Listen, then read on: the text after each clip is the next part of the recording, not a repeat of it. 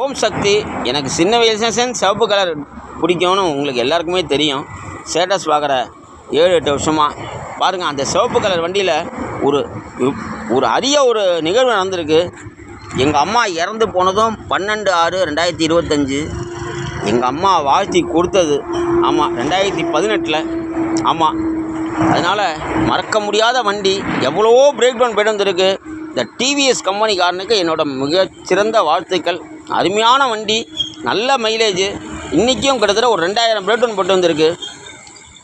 எனக்கு பிடிச்ச சிவப்பு கலரு.